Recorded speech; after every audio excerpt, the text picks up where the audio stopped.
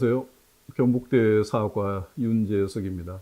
오늘 제가 얘기하고자 하는 것은 이 진시황제라고 하는 인물의 리더십의 주요 요소에 대해서 살펴보겠습니다. 그 첫 번째로 진시황 개인의 이 도광양회라고 하는 부분을 오늘 얘기를 한번 해보도록 하겠습니다. 원래 이 도광양회라고 하는 표현은 중국에서 1980년대에 등소평이 시행했던 중국의 외교 방침을 축약적으로 표현하는 용어였습니다. 자신이 약할 때는 재능을 드러내지 않고 그야말로 때를 기다리면서 실력을 기른다는 바로 그런 의미가 되죠. 일반적으로 우리는 중국 사람들을 얘기를 할 때 상당히 의뭉하다, 저 사람 쏙 내를 모르겠다라고 하는 표현을 많이 씁니다. 중국인들의 그런 그 도광양회라고 하는 것이 단순히 오늘날 등소평에 의해서만 만들어진 것이 아니고 그 연원을 따져 올라가게 되면은 진시황제까지 이제 올라갈 가능성이 있다라는 얘기입니다. 자, 그러면은 진시황제는 도대체 왜 이러한 그 도광양회를 처음으로 구현을 했을까라고 하는 이 부분에 대해서 간단하게 한번 살펴보도록 하겠습니다. 사기라든지 이런 책들에서 보게 되면은 이 진왕은 자기 아버지 자초의 아들이 아니고 이 여부리의 자식이다 이런 표현을 많이 씁니다. 자초라고 하는 인물이 조나라에 있을 때 이 사람을 도와주었던 사람이 여부리였고, 나중에 심지어는 이 여부리가 애첩이었던 조희라는 여성까지도 이 자초에게 주게 되는데, 바로 이때 자초와 이 여부리로부터 받은 조희 사이에서 태어난 인물이 진왕정이 되게 됩니다.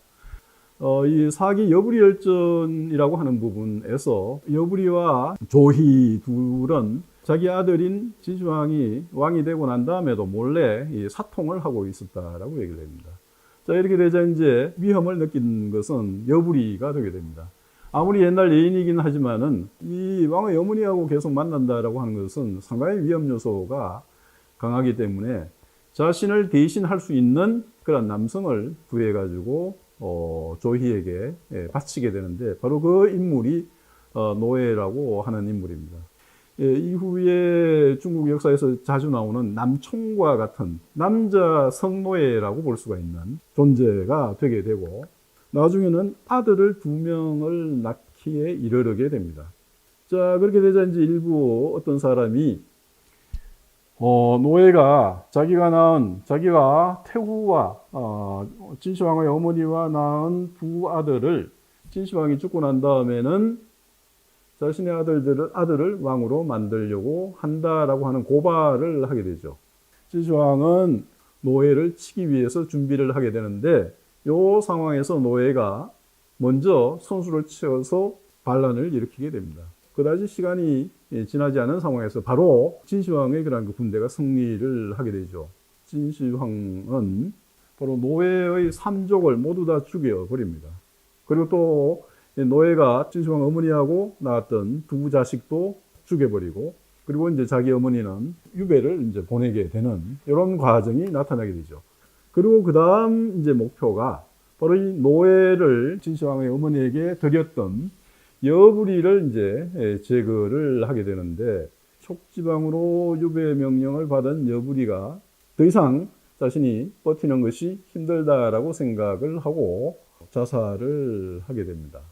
자, 그렇게 됨으로 해가지고 노예의 난을 계기로 해가지고 그야말로 최대의 정적인 노예는 물론이고 노예보다 훨씬 더 큰 세력을 형성하고 정계를 주물었던 바로 이 여부리라고 하는 인물도 바로 제거를 하게 되고, 그리고 또 한편으로는 이 모후 역시도 유배를 보내버림으로 해가지고 그야말로 진황실 내부에서는 유일하게 진시황만 권력을 장악하게 되는 그런 계기를 만들게 된다라는 얘기입니다.